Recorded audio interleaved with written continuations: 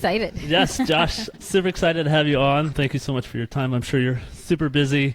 I was just telling Catherine, I've been excited because I have the most to learn and really curious. I feel like we get an hour of answering our questions. Our deepest questions. Yeah, that we've never had the chance to ask before. But maybe you can start out, what led you to get into being the head pastor of a church? I'm guessing as a child you were involved in the church and your family was really into that. What got you started?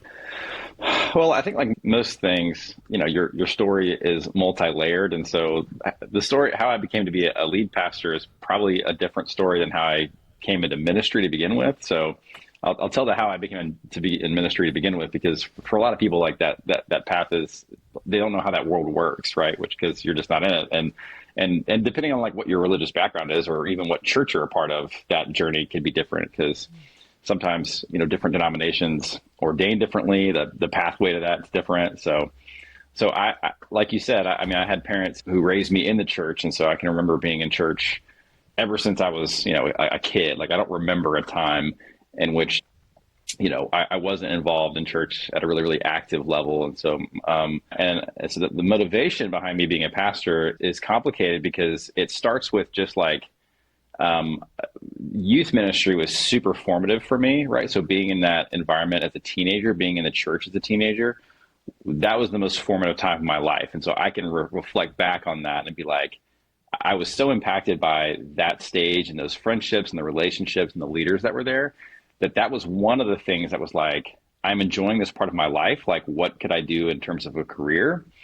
And then to peel back the curtain of me just a little bit, it was also just like, I saw my youth pastor and I kind of just thought that he got to like play video games and eat pizza and throw dodgeballs at us. And like, that sounded like a great gig. Yeah. And I just assumed that they also like didn't go to college, right? I don't know why I assumed that, or I assumed that like it was economically, or not economically, educationally like less formative or rigorous. And so that was really like some of the underlying motivations behind me wanting to go into ministry, and youth ministry specifically, to start with. Little did I know that was not even remotely the case, right? Like my master's degree was 3 long years. And so I went to more school probably to become a pastor. So those were the primary things. And I think I also had people in my life, again, at that stage who were speaking kind of that into me, that you have these leadership qualities and you have these things that are clearly attractive to people, and that these might be used for a career path in ministry. So that's probably how I came to become a pastor, I guess. I think we've heard a lot of that. And even for myself, I was involved in Special Olympics early, and my sister was a participant, and I saw that world and had some purpose and meaning and felt a different way, and tried other things. I was finance and did this, and didn't get the same value. There's monetary value, but that comes and goes for me. But it was really the purpose of what fills your cup, right? And I think that led me into the social work and work with special needs and all that. So that makes sense for sure. Was there any doubts along the way? Is this what I really want to do? Did you ever want to do something else? Was there ever a struggle like, is this the right path for me? Absolutely. Yeah. I mean, I felt that. I sometimes still feel that today even. So it's never been like a set thing. There's always doubts. There's always wrestling. But at the same time, there's always been confirmation of God's faithfulness through all of it too. Right. So and I think that's the thing that has kept me in it. Like, my willingness to just like see, and I think there has to be a willingness to see God in your life, right? You have to actually choose to acknowledge that, because there are a lot of ways in which you can just ignore it if you want to and think that, well, my life is what it is because I'm so awesome. And so that's not been the case for me. Things have gone badly and I've had to like reassess things. But again, the main thing is just me seeing God's movement in my life, seeing where he's faithful, where, I was called to sacrifice and to move, because I made some decisions early on. When I was doing my undergrad, I was living with my parents at the time in the house that I had grown up in my entire life, never moved. And it was like the first big ministry opportunity God had brought to my feet. And I've been praying for that, and it was like, oh, here's the opportunity. But the opportunity is for you to move from Atlanta to Houston. And I had an academic scholarship at the time at the school I was at. So it was like, I'm losing that. And so that was like the first big leap. And so that was like the first moment of like doubt where it's like, oh, like this is going to have real ramifications, cost me something, you know? And so do I say yes to that? And I say yes to that, and I can reflect back and I can see just what a amazing decision that was. And so for me, it's like I can look back and reflect at God's faithfulness in the times of doubt, where anytime I've ever said yes to something that I felt like he was calling me to, there was this reward at the end of it that I received, you know, and especially kind of transitioning to becoming a lead pastor, right? Because when I made that move early in my life, you know, I didn't have a wife, I didn't have 4 daughters like I have now, and so it's easy to be a little bit riskier with your life at that stage, you know. And then taking the move here, it's like that was a way riskier thing because I have these other 5 humans who are relying on me, and if it goes badly, it's like it's my fault. And so, but all throughout that, like God has been super, super faithful. So I think like in the times of doubt, which again, there were many, it's always helpful to reflect back and be like, okay, I'm at this position of doubt. I've been here before. What's been the result of my trust in God? Okay, well, it's worked. So it's okay to continue to trust even when the future might seem scary, or I might want to quit, or whatever it might be, you know? Yeah, I was going to ask that of how do you know, or what encourages you to say yes and to move forward? Because I think we both have had a lot of situations in our life, you know, that we say yes to because we feel that calling or we feel that push. And it's like, well, just everything's moving us in that direction. And whether it's signs, you know, that are coming or just things that are leading us that way. So reflection, I think, is a big one, like you said. But is there anything else that is revealed to you, or a way that you know, or, you know, just from God or from yourself? Because it seems like it builds on each other, and you can, oh, well, it worked last time, let's try it again. But what was it that initially, it was scary, you're in Atlanta and you moved to Houston? Yeah.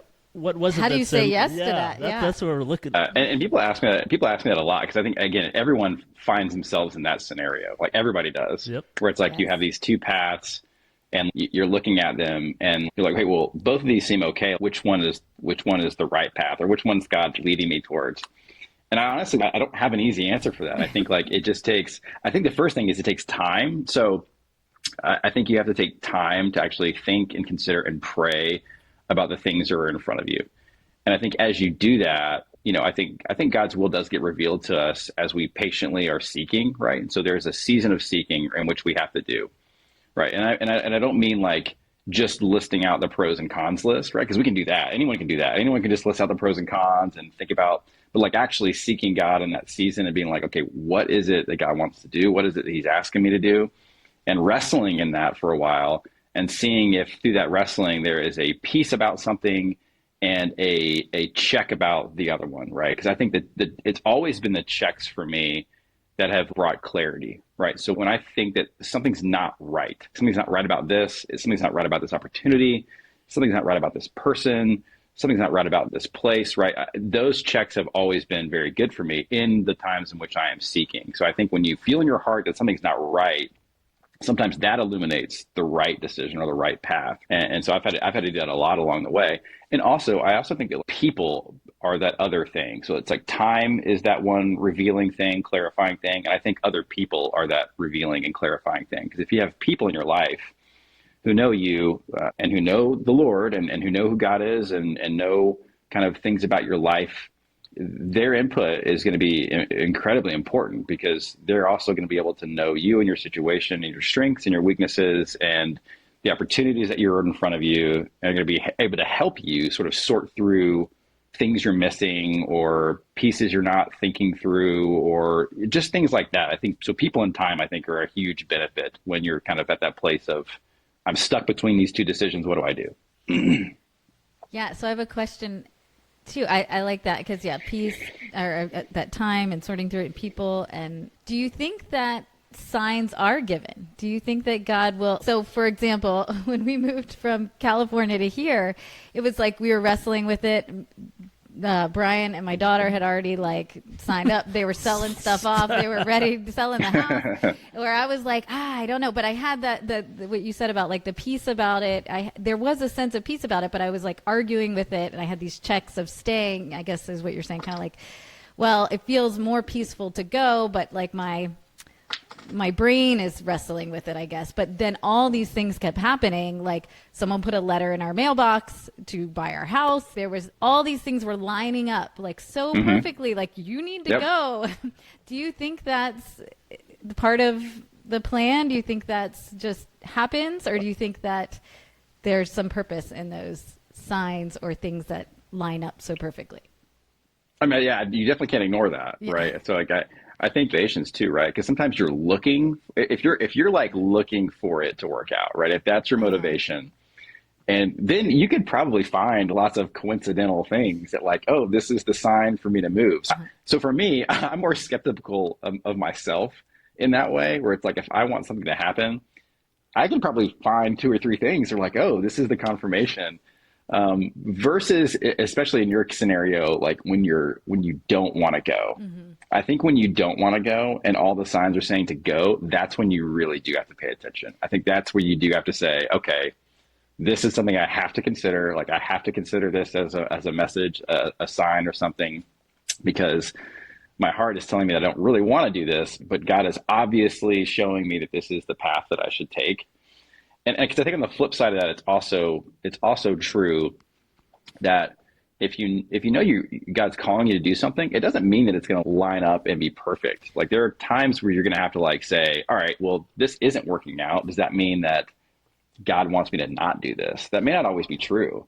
It may just be that moment of like, no, I have to keep seeking, and because I have to push through this adversity, because like there's a flip side of things. We have an enemy who doesn't want us to walk in God's purposes.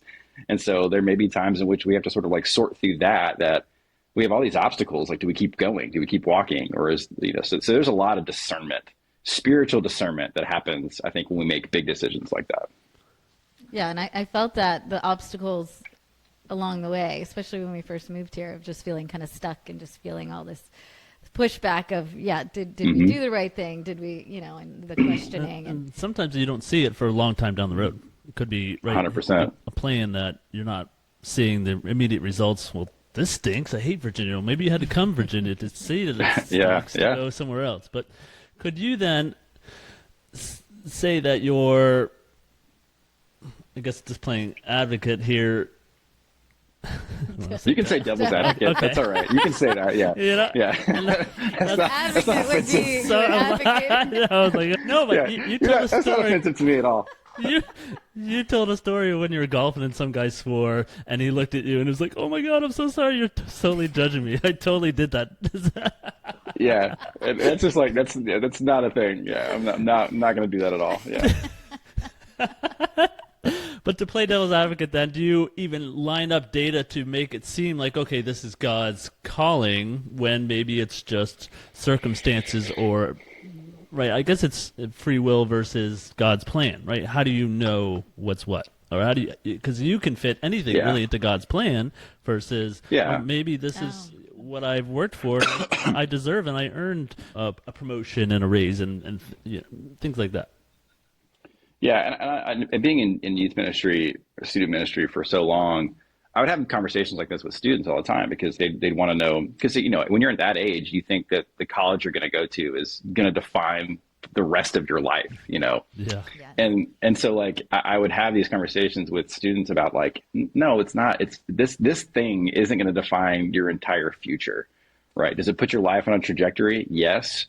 But to get stuck in the weeds of thinking that one decision is going to, again, set our life on a path that is so drastically different is not the game that we're supposed to be playing, right? We don't play that game. God plays that game. We play the game of faithfulness. Like, what does it mean to be faithful? What does it mean to go where I feel like God's leading me and be faithful at that place, right? So I do believe that God led me to this place, right? But if I'm at another church, right, and if I'm in Kentucky or whatever, and if I'm being faithful in that place to God's calling my life, like, does that, over the scope of eternity, does that really matter? The answer is probably no. Like, it's probably not that relevant. It probably doesn't matter that much. Like, my call is to be faithful, and God plays the other kind of like trajectory of my life, the things that happen, things. So I think that's the difference that I think that we have the luxury as believers of like putting our trust in God's hands, believing that like we're not going to sort of make a mistake from a place of obedience or faithfulness that is going to move us off of the path of God's will for us, right? That makes sense, and I like that analogy because I remember choosing a college was the end all be all. There was such an intense decision, but now looking back, it really didn't matter. Yeah, maybe I have close friends and had different experiences, maybe changed some things, but like you said, over the course, pulling the lens back over eternity, it doesn't matter. So, and as long as whatever decision you make, as long as you continue to show up and be faithful and just live in that, you're going to be okay. Absolutely. That's absolutely what I think. Yeah. And again, in the midst of that, it's not just like, okay, I'm gonna make a decision and God's gonna work it out. It's like in the midst of that, you still are seeking God's will. You're seeking God, through what He wants for you. Like as long as you're doing that, I think it's hard to make a wrong decision out of faithfulness or wanting to be obedient. You seem so confident. We don't ever really know. How do you know? I'm sure you get this question a lot. How can you be so confident in your faith and in God's, I guess, love and guidance? I think, again, confidence comes from the past.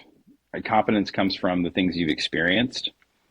And again, I think there has to be some recognition of God's movement back then, right? And I think because we as humans, we're so easy to forget when God has moved in our lives in incredible ways, right? When the next problem shows up, like there's always still fear, there's still doubt, there's still anxiety, there's still all these things.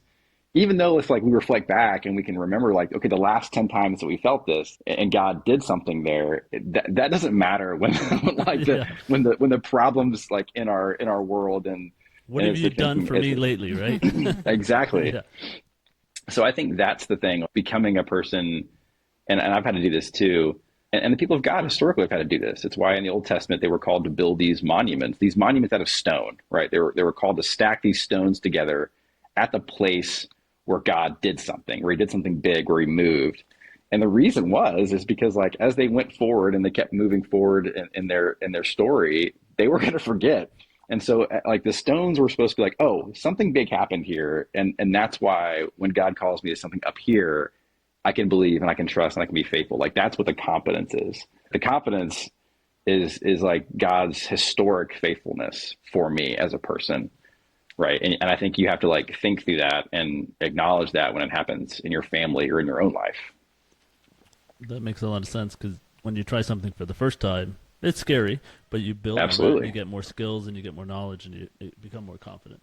So I like that. What do you think is holding most people back from really committing to following God or really seeing Jesus as the Savior and committing to this life? I mean, for me, it sounds like, and maybe this is a two-part question, family and religion are very tied. It was a part of your life as a child and you kind of just lived that.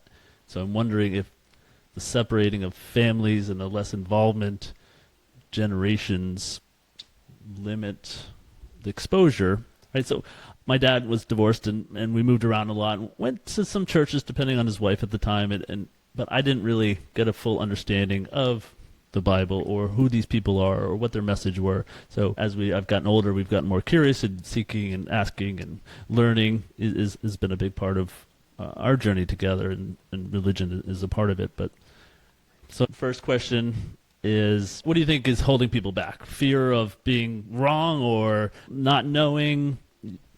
Tell me. Man, that's a tough question because you could go in 1,000 different directions, right? Of what holds people back. And I think culture to culture, that probably is a different answer, right? Because if you went and said, all right, what's holding people in Eastern cultures back from really knowing and understanding God, that would be a whole totally different answer than like Western cultures. So I think for Western cultures, I think there's so much emphasis on the individual, right? That our entire society is built on the power of the individual, power of individuality, power of individual rights, which, I'm not saying those things are bad. I'm just saying that that's what we built our culture on. And so I think that piece of our culture can absolutely be an obstacle of seeing a truth that is outside of yourself. Right. So even in all of our cultural messaging from Disney movies on, it's like there's this internal self in you that you've got to discover and you've got to let free and let run. The Bible doesn't frame it that way. The Bible frames it as like there's actually a hefty darkness in us as a result of sin, right? That we have to contend with and realize and recognize, which means that like everything that we think or experience or feel is not always going to be right, is not always going to lead us in the right direction, is not always going to be the thing that is true, right, noble, faithful. So I think that is a huge obstacle for most Western people in our messaging about that there is not a righteousness in us that gets us to God, not a single shred of it, right? That's what the Bible teaches us, that there is actually this righteousness that we have to obtain from a source outside of us that makes us right with God. So I think that piece, there's a spiritual blindness in us, I think, and that's definitely one of the bigger obstacles that we face. So it's not just given to you. You have to seek it and then find the value. You have to learn it. You have to appreciate it, cultivate it. Do you see the breakdown of families and divorce in society as another hindrance that people have to overcome to seek out this faith, this guidance for God? I mean, I think all of us have family of origin stuff. So again, my part of my background is psychology. So like, I mean, all of us have family of origin stuff that we have to overcome. Even my parents, like my parents were good people. Again, I grew up in church, but they weren't perfect people, right? And so just because you grow up in church, like doesn't mean that you don't have to overcome some of the things that are in your parents' life, right? Because it almost even makes it a little bit worse. Because then you're like, how could you do this? How could you say this? How could you, take this stance or this attitude when even as a young person, you're like, I know you know better, right? I know that you shouldn't be doing this because of the things you say you believe and all those. So, and every person has those kinds of things. And so I think that there's a lot of power in wrestling through that family of origin stuff with you and like wrestling through what about my parents helped me spiritually and what about them hindered me spiritually? Because again, I mean, some of the most amazing stories of redemption come from people who have absolutely broken pasts. And it's that level of brokenness that leads them to seek out beyond anything else, like what's actually going to bring about healing, what's actually going to bring about redemption in my life, what's actually going to make a difference. It's people who have like really, really broken pasts. So I don't think it's I wouldn't say it's like just a problem of stable families, right? I mean, I think stable families are important beyond just spiritually, even just economically or psychologically or all those things. Those things are obviously helpful, which is why I think the Bible warns against things like divorce. It's not just from a spiritual lens, but every problem is a spiritual problem, right? At the heart of it.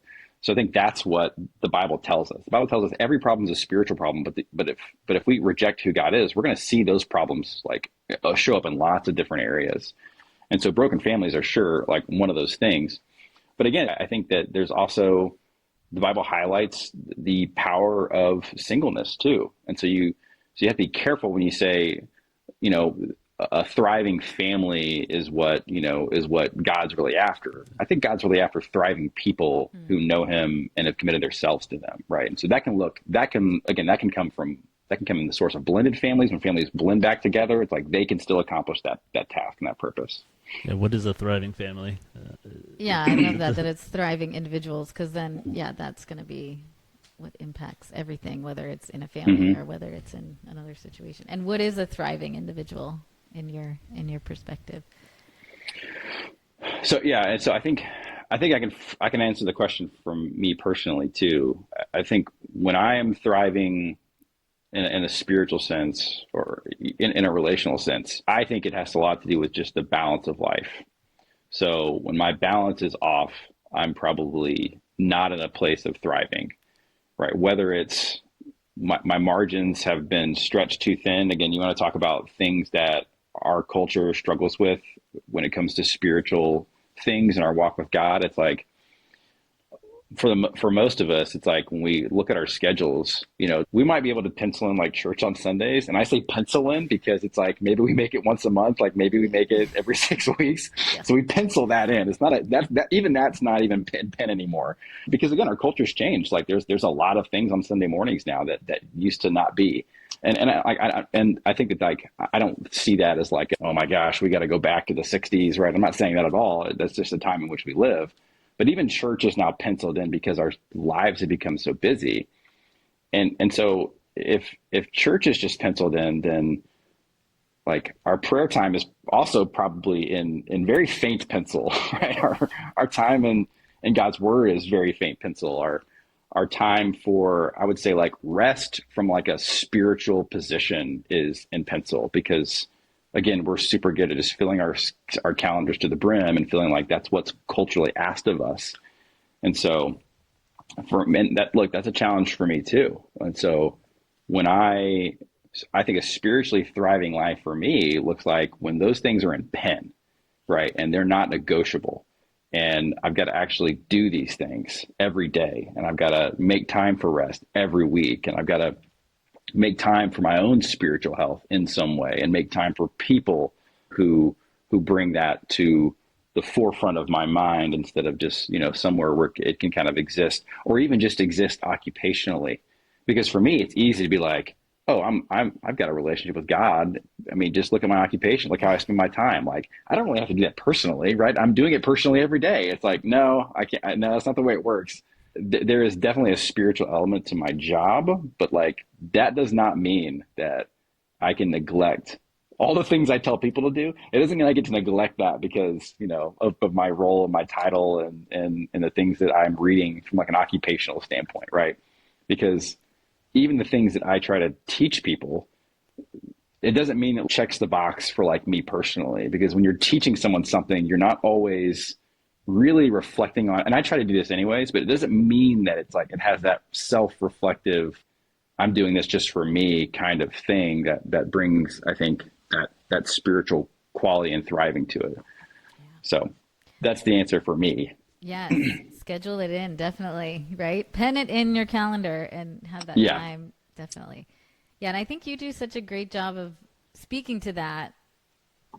I'm just thinking about just recently you had, I think it was a 5-part series where you talked about rest and you talked about fasting and I think it was community. Thriving. Yeah, I loved Thriving, it. yeah. It was. And that was really impactful. I mean, I think you just make everything so relatable in that way and with tangible tools. And I think we both left with tools that we started implementing, especially rest and the fasting and community. I don't know if that was one of them, but yeah, it was. Yeah. I love that you take those ideas and make them applicable to everybody. And we appreciate that. How do you come up? So your teachings, your lessons are, you add personal story. There a lot of humor, which I really love. You add some readings and you add a value or message and even tools for people to take home and utilize in their own life. Where does that come from? How do you do that week in and week out? I'm guessing you have a team, or what decides, I'm going to focus on this theme or this message? Is that something you're seeing in the world or in your life, or how do you come up with that to share with the congregation? Yeah, and the quotes too. I love the other quotes. You have the biblical quotes, but then you have also other quotes from other authors that tie in, and it's just a beautiful. Yeah, what's your process? How do you do it? Well, I mean, if you talk to other pastors, like it will be different. Every pastor does it differently. Like some pastors literally write every single word they're going to say, right? And it's on the page. I cannot do it that way. I'm an efficiency person. I like to keep things as efficiently as possible.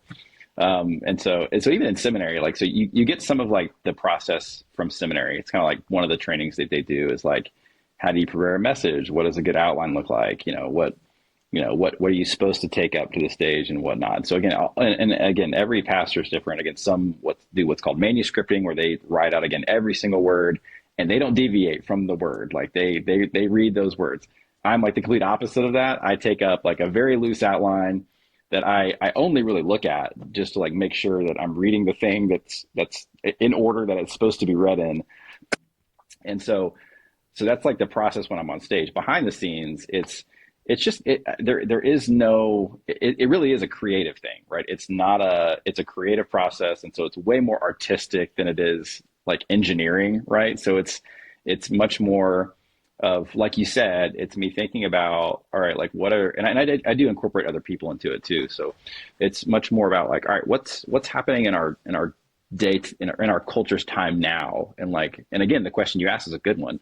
Like, what are the obstacles that we are seeing that are preventing people from seeing Jesus for who he is and who he could be for them? What are the obstacles? And so sometimes that's the motivating factor, or it's, again, I think the Bible is really, really powerful in itself, right? And so sometimes it's just like, you know what, we're going to camp out in this passage or this book because there's just so much in it that's applicable even 2,000 years later. And so I'm already looking into January at Ecclesiastes. It's this Old Testament book that, if you read it at face value, it sounds very depressing, but it like leans into these really heavy messages about life is short. Life is short, and there's not a lot of meaning in life if we really boil it down. And so how do we wrestle with that? And so those are just like good, just existential questions that spark like, all right, how can we have a conversation about this? How can we read this, discuss it, have a conversation, and be transformed by what is being told to us? So the pattern behind the scenes is very loose. It's very creative. It's like, it's looking at the year. And I also look at the year because like, I want to make sure that I'm balanced in what I'm speaking about, what I'm teaching about, making sure that it's both like, pointing us to the truth of Scripture, but also making sure that it's like, it's hitting us where we are too. And we're talking about things that are relevant to our lives. And so that's the loose creative process behind the scenes. Well, we love your style, and we definitely appreciate it. We have kind of been on a journey since we've been together, almost 20 years now, where we've been exploring different religions, faiths, church, even when we were in Florida to California. And we went to some really unique places that were really, out of our comfort zone, but just really, what's this about? Getting curious, Mm-hmm. whether it was Buddhism or Jewish temples or Indian. We went to a Vedic, yeah. I dragged you all over. and a lot of Christian churches. And part of our experience has been almost this shaming of, if you don't believe this, you're not going to heaven, you're not a good person, whatever it was. Like, it was almost very forceful in, this is what you need to believe, you better do this or else. And Right. for me personally, I don't really respond well to that. It was... Well, most people don't, by the way. Yes, yeah, exactly, right? And so a lot of it kind of turned us off, where I wanted to learn and ask questions and really hear about the stories and the people and the Bible, and really learn and make that choice for myself, because then and even most people, like you said, will stay longer. It's more meaningful. It's their choice versus somebody else telling them what to do. Or instead of out of fear. Yeah. Right. Yeah. And, the kind of like parenting when we were little was more fear-based, in not everywhere. But do you see that? Have you heard that before? Is that a problem? And I just want to thank you for not being that way and allowing kind of people to learn from your teaching or make that choice, given what you're sharing versus kind of the alternative. I mean, I grew up in a Southern Baptist church, so that's kind of the hallmark of that. Yeah. So, I'm pretty jaded when it comes to that style and that approach too, because, and there's always the balance, right? Because to say that Jesus never like drew lines in the sand would be incorrect. Like, there are times in which Jesus absolutely drew the line in the sand. But I think for what you just described is probably what a lot of people describes. Like, when it comes to church, there's not like a handful of lines. There's like 40,000 lines, right? There's like, everything is like, has eternal significance, right? From the color of the carpet to the style of music to like whatever it is. It's like, well, if you believe that, well, your soul is probably not in the right place. It's like there's those kind of conversations. And I think, again, that just goes back to that's naturally who we are as people, as human beings. We're very great at dividing, not great at unifying, really great at being tribal, not great at sort of living under big umbrellas of thought. So I think for me personally, I try to balance when I'm going to draw the line. I want to make sure it's a line that Jesus actually draw and not one that I'm just stating as a line that's factual. And Jesus was incredibly patient with people who had questions or who had doubts or who had fears or who had insecurities. I mean, that's a hallmark of Jesus's life. He met with people who fit in those categories, and he was unbelievably patient and unbelievably gracious with them. The people that Jesus was not unbelievably patient or gracious with were people who thought they had everything figured out and thought that they knew what the religious law was and thought they knew which way was right to God and that they had been doing it for so long, and why do they need him? Like, those are the people that Jesus was like incredibly harsh with, and where you see kind of the more scathing statements about their belief and trust and faith. But at the same time, like, Jesus did draw lines. I mean, I think about the story in John where Jesus is approached by this rich young ruler, and this guy clearly has this desire to be connected and to know Jesus. And Jesus sort of has this conversation with him about, what do you think makes you good? Or what do you think faithfulness looks like? And the guy gave him sort of the religious answer. And Jesus is able to sort of look past the religious answer and see where his heart really was. And he says, okay, like, one thing you don't have. He says, sell all your stuff and then come follow me. And Jesus isn't drawing that line in that guy's life because that was the requirement of following Jesus. There were lots of Jesus followers in that day who were extremely wealthy. I mean, Jesus's campaign, Jesus's life, his ministry was financed by a lot of wealthy people, a lot of wealthy women, actually. And so he's not asking that guy to do it because there is something about money that's inherently evil. He's doing it because he knows, like, that's the spot in that guy's heart that is not ready. That's the spot in that guy's life that isn't quite there. And I do think there is this optimism from Jesus' point that guy will be back. Once he figures it out, that guy will be back. But that was the thing that was missing. And so Jesus drew a line in the sand with that guy specifically and said, this is the thing that you need. So I think that there is a balance in making sure that if you're going to draw a line as a pastor, that it's the right line. And then at the same time, being incredibly patient with people who aren't ready to step, who aren't ready to leap, who aren't ready to go to that next place. But I'm always really optimistic about people, no matter where they are, that they can take the step eventually. That if they keep just seeing God for who he is, that eventually they'll take the step. Yeah, if you have that, if you truly know it, and your whole being tells you it, then it's almost like you have the best product. Eventually, people are going to go try out other products or try to get a cheaper deal or move through it. They're going to come back to you and realize this is kind of it. Like the money thing, right? Oh, I'm going to get the house and the car and the job title. And then I turn 40 and I'm like, none of this matters. It's empty. You know, I got all of it. Yeah. And now what? Yeah, what's left? Yeah. That was my experience when I turned 40, that midlife crisis. It's a real thing. I wanted to cheat my whole life. I got it. And 2 weeks later, I'm like, okay, now what? And so there has to be that something. There is that deep down internal, like, belonging, having purpose. What do you see as, I guess, our purpose here? That's a crazy question, but I have to ask. That is a crazy question. Right? Like, to follow God and honor his name, I'd imagine that's our purpose. Well, I mean, someone asked Jesus, they said, what's the greatest commandment, right? And he responds really with two, but really one. He says, the greatest commandment is to love the Lord your God with all of your heart, all your mind, all your soul, and all your strength. And the second is like it. You're supposed to love your neighbor as you love yourself. So those are the two things that Jesus said, these are the things, this is what life is about. Like, this is if you boil it down to two sentences, this is what it is.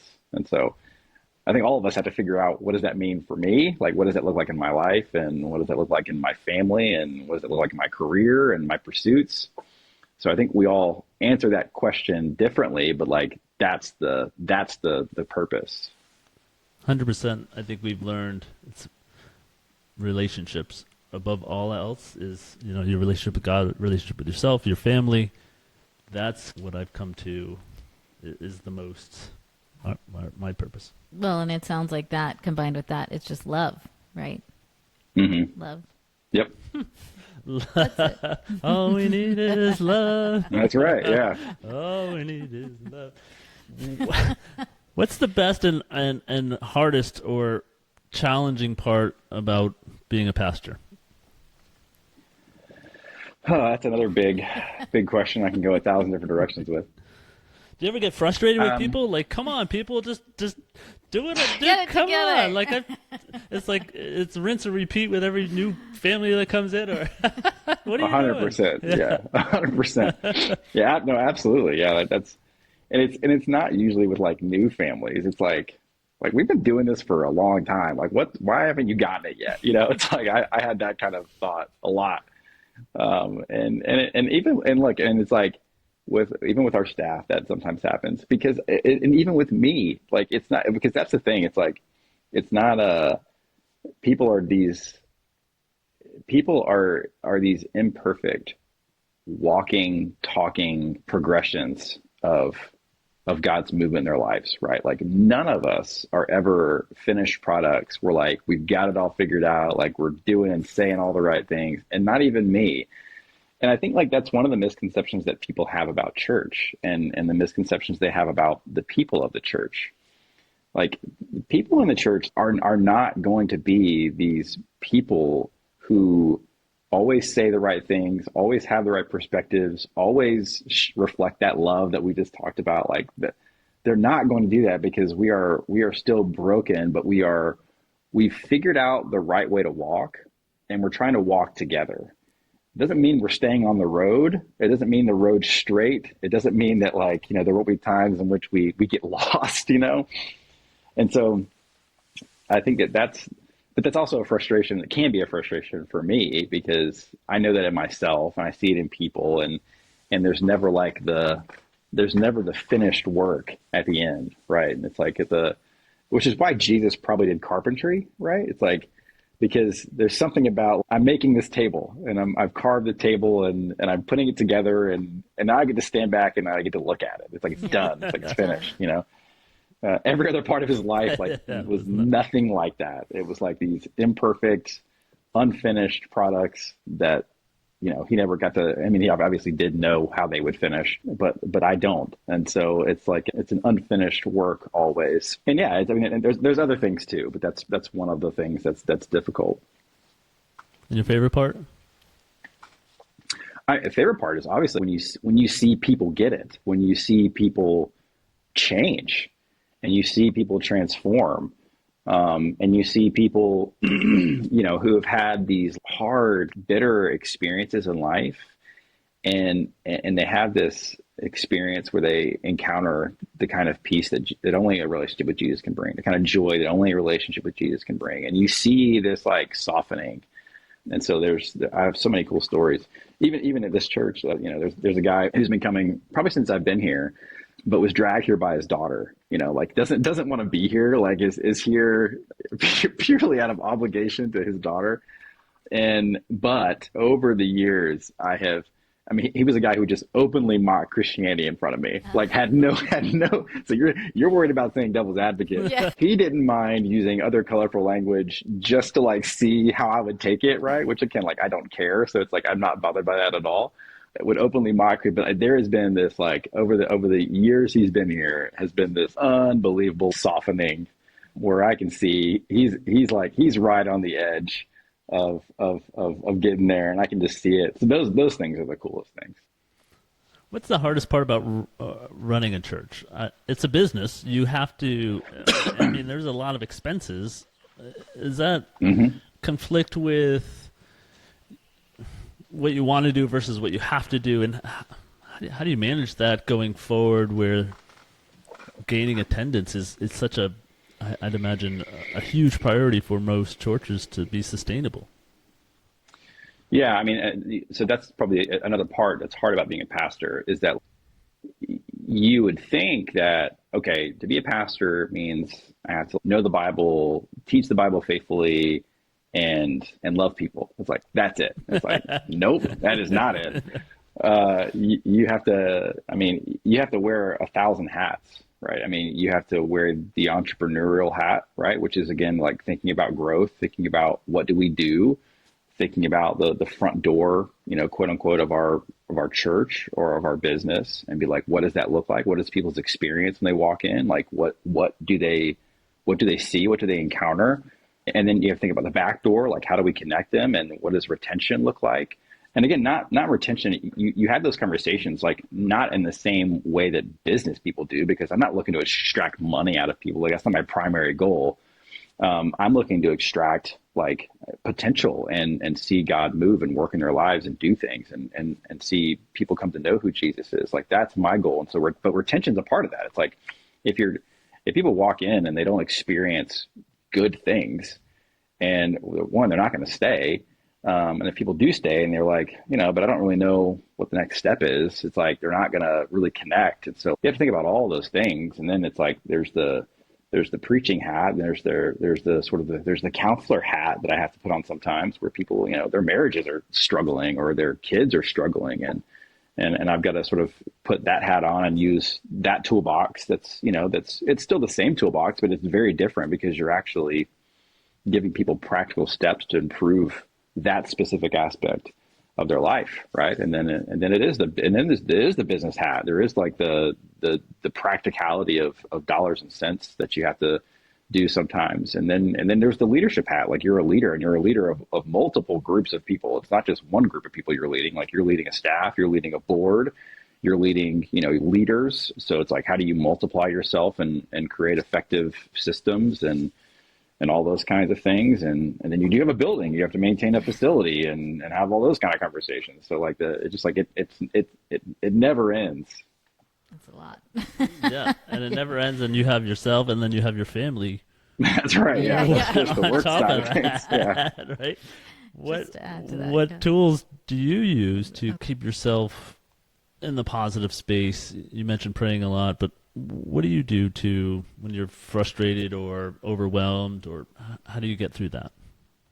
Yeah, I mean, I think it goes back to the balance conversation about like creating time for yourself, like creating a good, healthy work-life balance. Because it's easy for me to just get sucked into work all the time and just be always available, right? Because that's sometimes the way that people perceive pastors. I can tell you, I am not always available. Like I do not ascribe to that. Now, obviously, like if somebody dies or there is an emergency, absolutely. Like I don't care if it's 2 a.m. Like I'll meet you at the emergency room, like, and pray. I don't mind doing that. But it's easy for pastors to adopt that when it's not necessary, right? To be like, oh, I'm always available, 24/7. And then your family is the one who just gets to sacrifice that. And so I'm not about that. So I think, I try to go home at the same time. I try to be, have my schedule pretty set to where it's like there is consistency, and there is that my wife can count on me, and I don't miss things with the kids. I don't miss practices. I don't miss games. I don't miss any of that for the sake of work, even though I can convince myself that that's a worthy thing to sacrifice. I don't do that. And for myself, like, I mean, I try to exercise, I run, I play golf. So I unapologetically play golf during a work day. Like I will unapologetically do that. Love it. Because I don't have a weekend. I mean, I don't have a weekend. Sundays, that message is always coming. It's always in the mind. It's always there. Yeah. And so I take Fridays off. So Fridays are like my off day where I don't do anything work related, and then I'm back at it to some degree on Saturday, just because Sunday is a work day too. So you just got to I create space for myself in that, and create space for my family, and make sure that those things don't get compromised. And again, there's special situations in which, like, I have crazy seasons.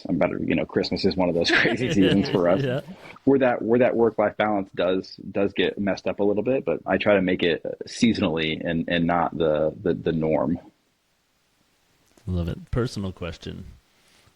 I've listened to, and so I have a very novice of the Bible, but some criticism I've heard is it was written across many years by many different people in many different languages it has been interpreted, right? From the Dead Sea Scrolls to different, where numbers and letters could mean different things. Right. I tell Catherine something today, and 5 minutes later, she's going to tell you a different story. How can you, I guess, reliably know that the words in there is actually not so subjective, but really an objective viewpoint of Jesus' life? Yeah, it's a really good question. And I love skepticism. I'm a skeptic by nature myself. So when I encounter skeptics, I can fully appreciate like where they're coming from. But my question always back to them is, do you take that approach with any other ancient history that you learned and you stand on as factual, right? Because the same question can be said about anything we know about the Babylonian Empire. The same question can be said about anything that we know about the Egyptians and the things that they produced and accomplished. In fact, we actually probably should look more skeptically at the history of those times, because history was the saying is true. History is written by the victors. The victor writes the history, and so but we don't for some reason look as skeptically as all the things that we just like embrace to be true about things that happened thousands of years ago. We just sort of think that religion is like the one that has the angle that's trying to convince us of something, not every other historical thing we've ever learnred. You're trying to sneak something by us here, not me. Yeah? That's right.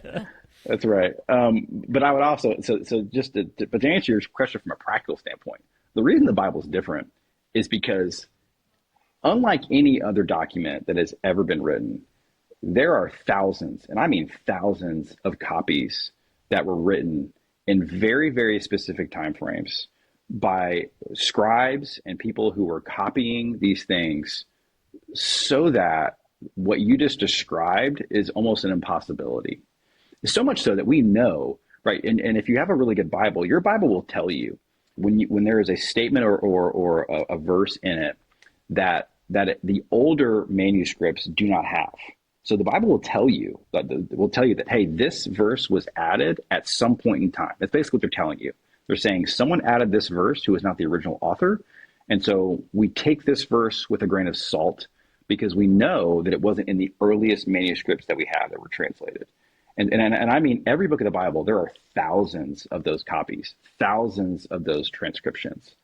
So to me, there is not another document in human history that has been more, I would say, sort of proof read, right? And proof scripted, where everything is copied, where if there are variations, or if someone had the intent to change, or if someone had the motivation for it to say something differently, we know. And not only do we know, we actually document it. And so I would say there's not another historical book that does that. And I would say that speaks so much to the credibility of what's in it. I didn't know that. Now you do. Fascinating.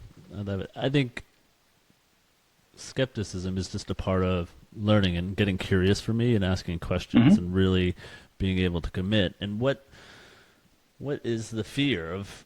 Somebody once told me, if we're right, you lead, eternity life, and if we are wrong in all of this, then you lived a fulfilling, meaningful, joyful life where you felt connected and loved and supported. So what do people have to lose by believing, in all this? Yeah, the downsides are pretty different. Yeah. And have you ever been to a church and people were mean to you? It's one of the few places where everybody's so nice and so kind, and so I don't know if it's just their Sunday church could eventually, you can eventually run into a church that your people are not nice. That's definitely something you might encounter. But typically you're right. Like there is a joy that comes with being amongst people of God. Yeah, I think the only thing I've experienced is of people saying things of their own belief, I guess, that then could make you feel bad. When I was in college, I went to a church and someone asked me what my degree was going to be, and I said psychology, and he said that psychology was just for the sinners or something like that. The people, it was like for the people who didn't believe it, and I was like, what? And this was like my degree, and I wanted to help people, and I wanted to learn about how people were thinking and why they did the way they did and why I felt the way I did and why, Sure, yeah. all in stress and how you could help yourself. And he could like put it completely down. And this is one person, but I could see how somebody could say from their belief standpoint something that might make you feel bad. But Yeah. I don't know. What do you think about that? Have you experienced that with people just kind of putting their own belief system? I don't think psychology, I mean, you mentioned you have a background in psychology. I don't think psychology is seen in the light that he was seeing it, but do you see people that are kind of putting their own framework around things and then putting down something that might not be 100%. I mean, I would say everybody does that. Yeah. Like I mean, to some degree. Now, again, like you may not be as vocal about it, and maybe this guy like read Sigmund Freud and was like, "What the heck is this guy talking about?" Like maybe he had very little knowledge of it, but like, I think everybody does that to some degree, though. Everybody sort of takes what they believe, and then they kind of wrap their culture around it, or wrap their understanding around it, or wrap their own inclinations around it. Every single person does that, and that's why I think that's why church and going to church and it's sometimes it's painful, right? But it's painfully good because it's like chipping away at those things that you've built around it that don't really belong. But all of us do that. I mean, all of us frame things and we moralize things that have no business being moralized. So yes, absolutely. I've experienced that. I experience that all the time. So moralizing and demoralizing, putting it in your own framework. Yeah, 100%. Yeah. Yeah. And so what about people who, like Brian was saying, we've gone to a lot of different places, explored a lot of different beliefs and cultures and religions and philosophies and all of that. What about if someone says that they can see the common thread in the different religions and you can see the common pathway? And like we mentioned, love earlier, and they all have a lot of similar foundational elements. What are your thoughts on that? Well, I think Buddhists are probably the only ones who would probably like lean into that space, right? I mean, most other religions are going to have sort of a flag planted in the ground around something, and I think Jesus does that too, right? Jesus says, "I am the way, the truth, and the life. No man comes to the Father except through me." So Jesus was not even afraid to be like, there's a definitive flag I'm going to plant right here, and that this eternity wraps around me, But I think like it's also okay. It's also okay to even like look at the things that people who are religious, like what do we all care about, right? What do we all value? Because as Paul references the fruits of the Spirit, he says that there is no such law against these things. So he names like what the fruit of the Spirit is. He says it's love, it's joy, it's peace, it's gentleness, it's kindness, it's self-control. And he's like, no culture is going to be like, you know what? These things aren't good. Like these things aren't worth, pursuing. And so I think that there is still a strength in sort of saying, all right, like what are the things that we all can agree on? Like what are the things that we we can pursue together that advance society? But eventually, I think from a spiritual standpoint, you do have to sort of like say, all right, well, what do I actually believe? Like what object am I putting my hope and trust in? I think that's the thing, because that's the thing that changes over religions. It's the object of your hope and trust.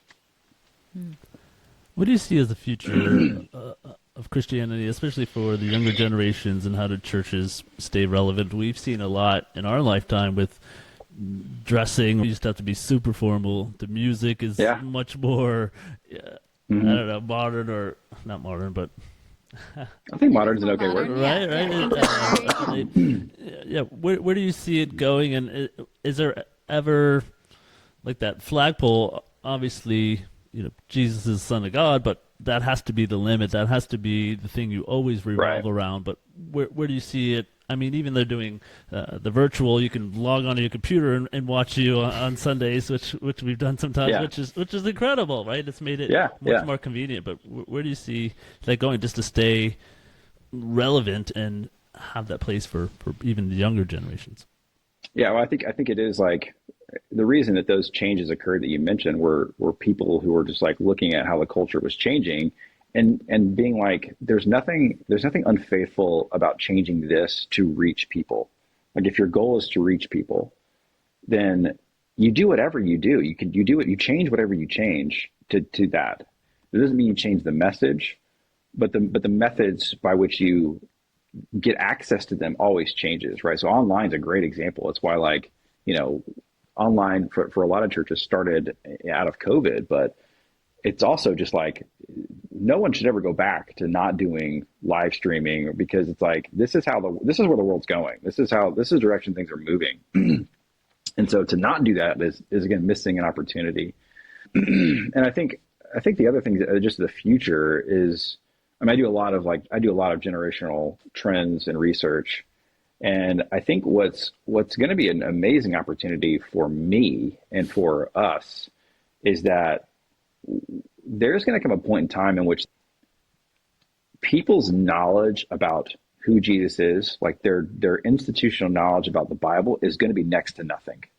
And this generation coming behind us, Gen Z, is extremely open spiritually, and they don't have like that rigorous, like, biblical upbringing that a lot of us had, right? And so I think there's a lot of reasons to be optimistic, because there is this generation of people who don't know their Bible super well, who don't know, if you ask them, who Jesus was, like, you're getting to a place where even my own kids, like their friends, they have no idea, because like they were not growing up in church. Their parents, maybe even their parents didn't grow up in church. Like we're kind of getting out of that place where that was the cultural norm, and we're kind of almost 2 generations removed from it being the cultural norm.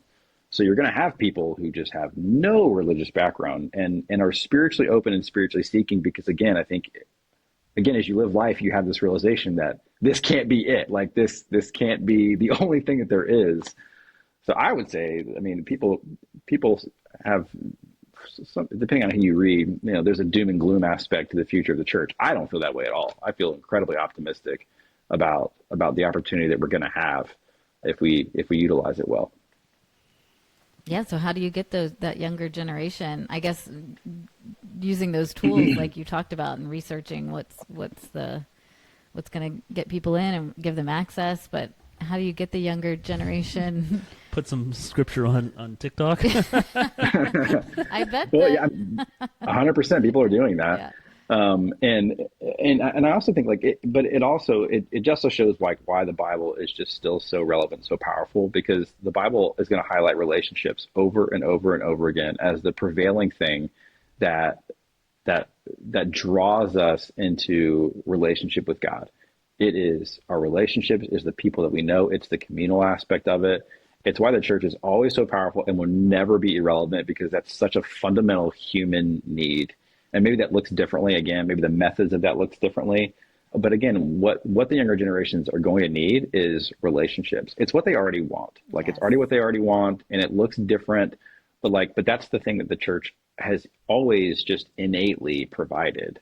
So I think that's why again, you have to be strategic about the way in which you present it and the opportunities you put in front of people. But I think there's always going to be this opportunity to connect with every generation, because, and this one coming up especially, like it becomes even more so the more we disconnect from like the physical interactions with people, the more that our relationships have to grow stronger, because we are lacking. Technology allows us to sort of not disconnect from each other in like a digital way, but it allows us to disconnect each other in a physical way, right? That's just a byproduct of it.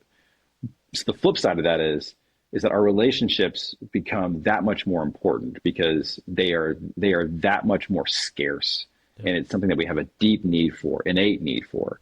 So I think the church is always going to be able to have that as the response to say, come and see what we're doing. Yeah, I think that need for relationship and connection is so prevalent right now. And I teach psychology at a local community college, and just the generation. I mean, I have some that are still in high school, and then and then all the way up to 60, different age groups. But that age group that's from the 18 to 23 right now, coming out of COVID times and all of that, just that Yep. need for connection and relationship, and the lack of it, and the anxiety Yep. and the depression and everything that they're experiencing and that they share about, because that's part of what we do in our class and everything. But it's just, yeah, that need for relationship connection is so much more intense. And it's fake when you have Facebook or Instagram, Oh, yeah. and I have all these friends and all these communications and text, but it's not a true, like you said, the innate connection, the relationship, which in Yeah. our therapy that we provide with kids and families with autism is based on relationships. Yeah, and the church has the best answer for it. I mean, that's the thing. It's like the church has the best answer for it and the best opportunity to receive it. So I'm very optimistic about the church's future. Awesome. Maybe Josh, would you maybe share your favorite passage and what it means to you, if you have one you can pick? Passage, Off the man. top All right, of that's your like the head. hardest. Top That's the of hardest the question you dome. asked so far. he loves 'Cause them I- all.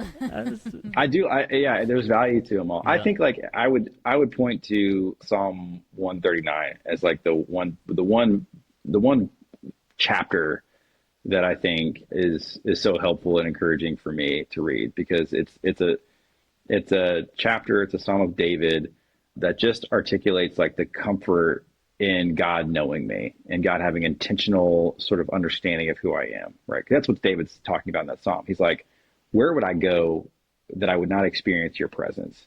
He's like, you knit me together in my mother's womb. Like you have seen me and know me. I am fearfully and wonderfully made. I think that's like one of the most empowering things. If you read that and you believe it, it's like, there's nothing that you will walk through that you won't be like, God knows me. God loves me. I am fearfully and wonderfully made. I can go do whatever he's calling me to do. Thank you.